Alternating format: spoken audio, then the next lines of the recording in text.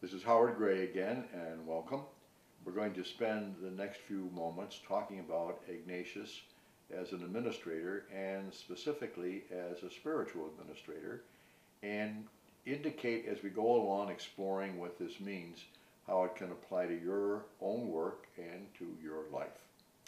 I'm going to make 4 points. One is first that Ignatius' administration begins with his appropriation of his personal pilgrimage, and that's very important. I'm not going to rehash his life, you know it well enough, but I am going to allude to it. Now that pilgrimage involves 3 things. First of all, Ignatius always respects his experience. You know, from the exercises there's a privileged part in which he talks about the experience of God is much more important than what people tell you about God. The way God comes home to you, how you kind of frame your own understanding of God from prayer, from reflection, from incidents of life, from things that coming back to you as a kind of tune in and out of your consciousness about the presence of God, the meaning of God. These are all experiences. They're not simply raw sense data, but they're happenings that touch our affections, our heart, our mind, and our desires for our future, what we want to be. Well, Ignatius thought of those as being privileged moments, and he asks us to see them as privileged moments.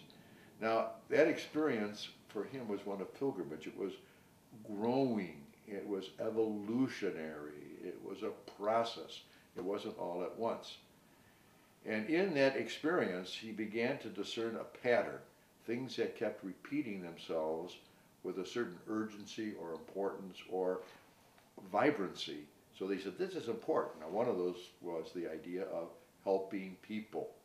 And you know from his own life that the transition from a solitary kind of penitent to someone who began to talk with people, care about people, give spiritual conversation to them, advice to them, guidance to them, that began to be very absorbing, so that finally at one strategic point in his life, he could say that God was a helping God, and the greatest imitation of this helping God through Christ was to be a helping person to other men and women.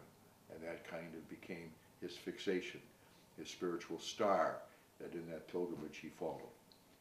Now he accepted all of this as gradually a grace that gave him identity, an emerging sense of who he was as a person. You know, he was really christened Inigo.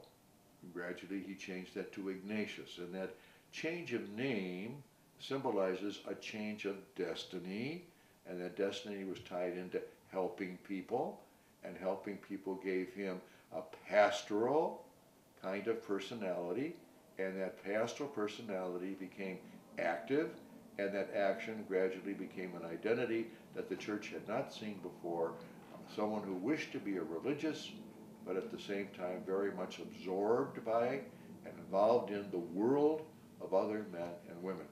That's that first phase. And so what do you take out of it? The importance of experience.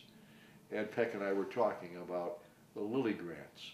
And as we worked more and more on the grants that help students understand their vocational choices, we said the mentors of those students on their own pilgrimage to find out where their talents were guiding them and leading them, and what brought them peace and joy and insight, what challenged them. The mentors themselves had to go through this. So the breakthrough for mentors becoming part of the Lilly Grant vocational discernment process, especially as I found it at Boston College, the breakthrough was when the mentors themselves said, we're on pilgrimage. That we have to retrace in some way why we got into teaching, why we got into student affairs, why we got into any kind of fundraising, for example, that we felt helped this whole educational process. What was our narrative, our story, and that paralleled very much the narrative, the story of Ignatius Loyola. And people began to look at those pivotal patterned experiences that began to be normative for the kind of identity that each one of these men and women wanted to have in their life, and that was the most helpful thing they could do for the students, is to share the experience of growth and identity. So that's one package. The second package is that Ignatius' identity, in turn, was honed by an educational experience that's very important for us as educators, not only to know, but to honor. Ignatius of Loyola could not have become who he was without the University of Paris.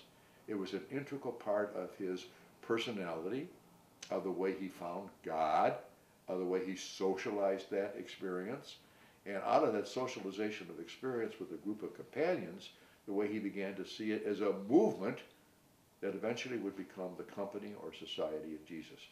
Now, that University of Paris experience, what did it mean? It meant that the modus ponentiensis, the way that Paris went about teaching people, became very illustrative for Ignatius about the way you form people in a religious order. And one of the great components was developmental, that you can't move to one stage until you've finished the first stage. By the first stage, you go to the second, third, and fourth.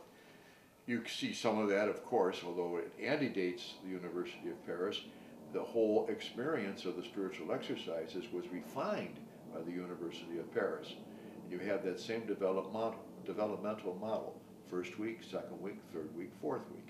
And that's going to be very important in the education, that you develop with people, work along with them. That experience became for Ignatius at the University of Paris a shared experience. And so his isolated searching for God became gradually a companionship.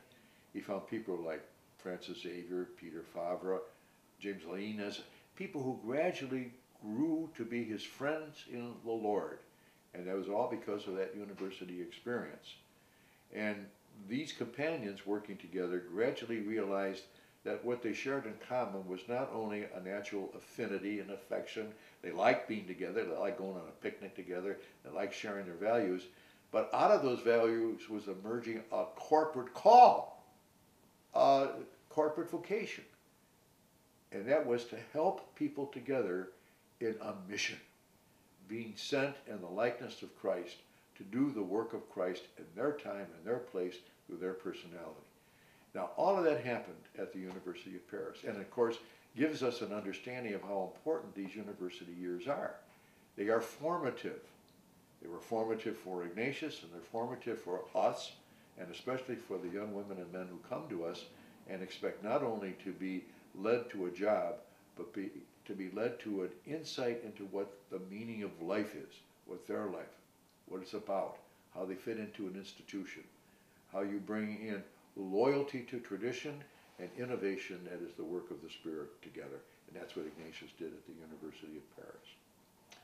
Now then, this Company of Jesus lives within this Ignatian experience, which is a spiritual heritage. The spiritual heritage part of it antedates the educational tradition. But you can't have the educational tradition without the heritage. And you really don't understand the heritage without understanding the influence of higher education.